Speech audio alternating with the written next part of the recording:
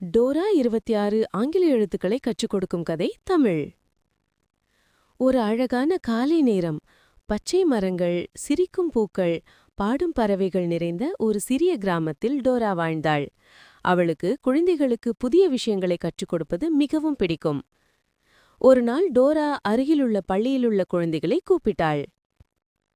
வணக்கம் குழந்தைகளே, இன்று நாம் ஆங்கிலத்தின் 26 எழுத்துக்களை ஒன்றாக கற்றுக்கொள்ளப் போகிறோம் என்று மகிழ்ச்சியுடன் சொன்னாள். குழந்தைகள் எல்லாம் குதூகலமாக ஏ கற்றுக்கொள்ளலாம் டோரா என்று சொன்னார்கள். டோரா பெரிய ஒரு விளக்கு பலகையை காட்டினாள். A for apple, apple, apple. A என்று குழந்தைகள் உச்சரித்தனர். பி ஃபார் பால், பந்து, பி என்று எல்லோரும் சேர்ந்து சொன்னார்கள். சி ஃபார் கேட், பூனை, சி. டி ஃபார் டாக், நாய், டி. இ ஃபார் எலிஃபண்ட், யானை, இ. எஃப் ஃபார் ஃபிஷ், மீன், எஃப். ஜி ஃபார் கிரேப்ஸ், திராட்சை, ஜி. எச் ஃபார் ஹென், கோழி, H. I for ice cream, ice cream, I. J for jug, குடம், J. K for kite, பட்டம், K.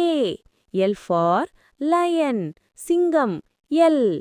M for mango, மாம்பழம், M. N for nest, கூண்டு, N. O for orange, orange, O. P for parrot, கிளி, P. Q for queen, Rani, Q. R for rabbit, முயல், R. S for sun, சூரியன், S. T for tiger, புலி, T. U for umbrella, குடை, U. V for van, van, V. W for watermelon, தர்பூசணி, W. X for xylophone, இசைக்கருவி, X. Y for yak, yak, Y. Z for zebra, வரிக்குதிரை, Z.